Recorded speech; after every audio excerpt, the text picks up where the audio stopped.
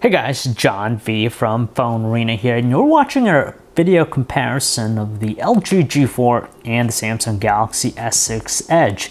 It's a good time to be flagship, really.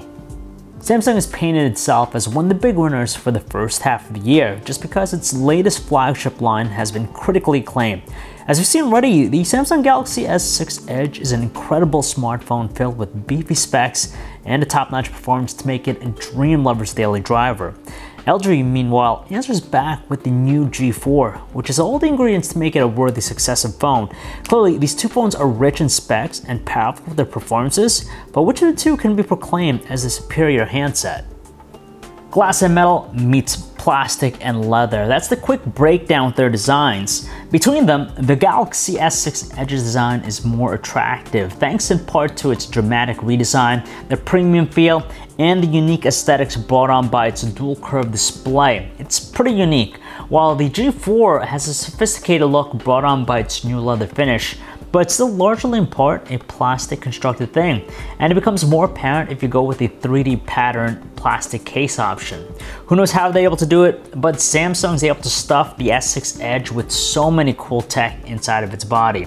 They both feature IR blasters, but the Galaxy S6 Edge goes the extra step with its arsenal of amenities with things like its fingerprint sensor, the heart rate sensor, wireless charging, rapid charging, and of course all the novel things attached to its dual curve display. Sure, the G4 lacks all of that, but it packs something that people find very useful all the time, and that's a replaceable battery and a memory expanding micro SD card slot. Details are plentiful with their displays, naturally thanks in part to their impeccable Quad HD resolution. Although it's the Galaxy S6 Edge that offers the better pixel density of 577 pixels per inch with its 5.1-inch Quad HD Super AMOLED display, whereas with the LG G4, it has a pixel density of 538 pixels per inch with its new 5.5-inch Quad HD IPS Quantum display. The difference is minuscule, honestly, just because it's pretty tough to gauge them from both near and close views. What's really impressive though is how the S6 Edge's Super AMOLED screen is brighter, offers wider viewing angles, more color accurate, and it offers an almost natural color temperature of 6800 Kelvin. All this simply reveals that it's a high quality panel we're dealing with. As for the G4's IPS Quantum display, LG purposefully makes colors overblown and saturated. So it's not quite as accurate, but it's still vibrant nonetheless. And even though its brightness output isn't as strong as the Galaxy S6 Edge, it's still exceptionally visible outdoors. At the end of the day, however, we really need to applaud Samsung for its effort in not only coming to market with a Quad HD screen, but one that's rich with high qualities in general. And yeah, it also has that neat dual curve edge to it. LG and Samsung have toned down their custom Android experiences over the last couple of years, but we prefer the neater and flatter styling of the new LG UX 4.0 experience. Yes, TouchWiz is more streamlined and simpler than before, but LG styling is more visually tasteful. Interestingly, both offer personalized downloadable themes. Between them, however, we prefer Samsung's interpretation because the visual changes extend into some of the core services and apps, like the phone dialer, the calendar, clock, and much more. On the feature side, TouchWiz is more comprehensive with its arsenal. While they both offer real multitasking, the S6 Edge has more third-party app support. Add to that, you also get a useful one-handed mode too.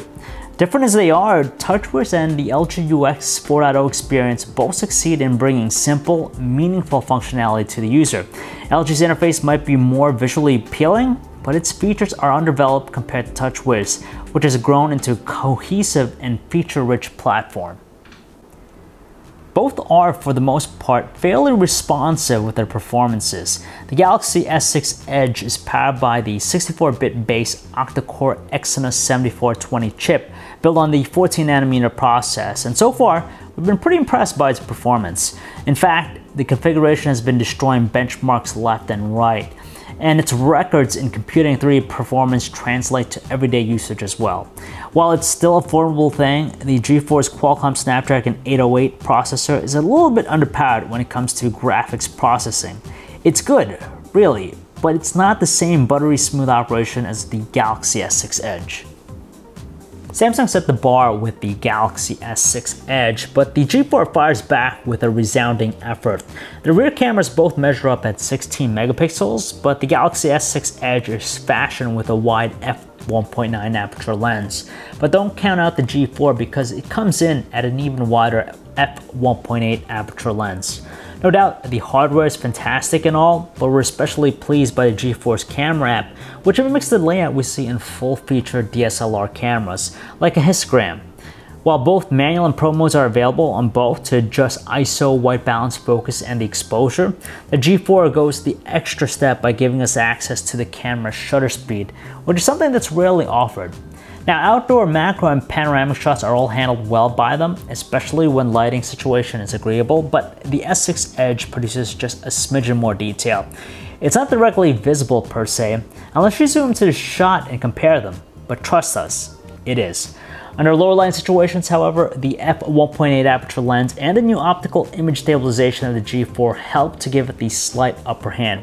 Luckily, noise is barely visible between them, but the S6 Edge has details that appear smudgy, while the G4 maintains a decent amount of sharpness, and this is all using their automatic modes. Of course, using the long exposure of the G4 camera allows its set of photos to benefit even more by retaining a high degree of detail. And when we look at their video recording qualities, they don't stray too far from the results we see from their still image shots. Details are plentiful, however, the S6 Edge is more adept at focus adjustment and features better audio recording. Oppositely, it's the G4 that nabs the win with low lighting situations, since the S6 exhibits a little bit more noise and artifacting, which tends to give the overall quality a duller composition. Trust us, it's really tough to paint the ultimate winner. If we have to pick, we'd go with the G4 slightly because of its better performance under lower lighting and its manual mode with the shutter speed adjustment. We won't deny it, but their screens truly come to life when it comes to watching all sorts of videos. Playback's undoubtedly smooth and skip-free, but it's really mesmerizing how the two panels produce rich and vibrant colors to capture our attention even more. Plus, they have a useful multitasking element too. On the audio side, the G4 speaker is the stronger between the two, emitting an output of 79 decibels, easily eclipsing the 75.4 decibel mark of the S6 Edge. Now, without applying any audio enhancements or equalizer settings, their qualities sound a little bit thin and subdued. Volume is plentiful with the two, but the G4 offers the better call quality balance. There's just a hissy tone through the S6 Edge's earpiece. Battery life is pretty average with them both, with not one being extraordinarily longer than the other, and that's despite the G4 having the higher capacity of 3000 milliamp hours with its battery, while the S6 Edge is stuffed with a slightly smaller 2600 milliamp hour one. A solid days enjoyed using the two, but power users might need more juice, so that's why we kind of appreciate the rapid charging system of Xiaomi's flagship. It only takes 83 minutes to get it back to 100%, whereas with the G4, it takes a longer 120 minutes. We'll also mention that we adore the built-in wireless charging of the S6 Edge. For the G4 though, you'll need to pick up one of the optional rear casings to gain the feature. As the dust settles, we have to see things from the bigger picture to determine which of these two formidable warriors can claim a victory. At the very minimum, the G4 is slated to be priced at $200 on contract for the base plastic models, while the more sophisticated leather option can easily sell up to as much as an additional $100. Conversely, the S6 Edge sells at $300 on contract with most carriers, which would match the anticipated cost of the leather-cladded G4. In all fairness, the two phones get the job done. They're great for many things while also sporting an impressive spec sheet. When it comes to most bang for the buck, we give the edge to the Samsung Galaxy S6 Edge, and that's despite its higher starting cost. In paying the difference, the $100 cost to get the Galaxy S6 Edge, you get the better looking design, a novel dual curve display, and a ton of added amenities. Add to that, TouchWiz still offers a little bit more depth over the LG UX 4.0 experience. Now, if savings is more your kind of thing, the $200 on contract cost of the G4 is deserving for a high caliber phone, though you'll be getting a less premium looking phone with its plastic casing. Regardless of that, LG really impresses us with the G4's amazing low lighting performance with its camera, and its vibrant IPS quantum display too. Like we said, people, there's no shame going with one of the phones over the other. It just mainly comes down to what design you find more attractive and what features matter most to you.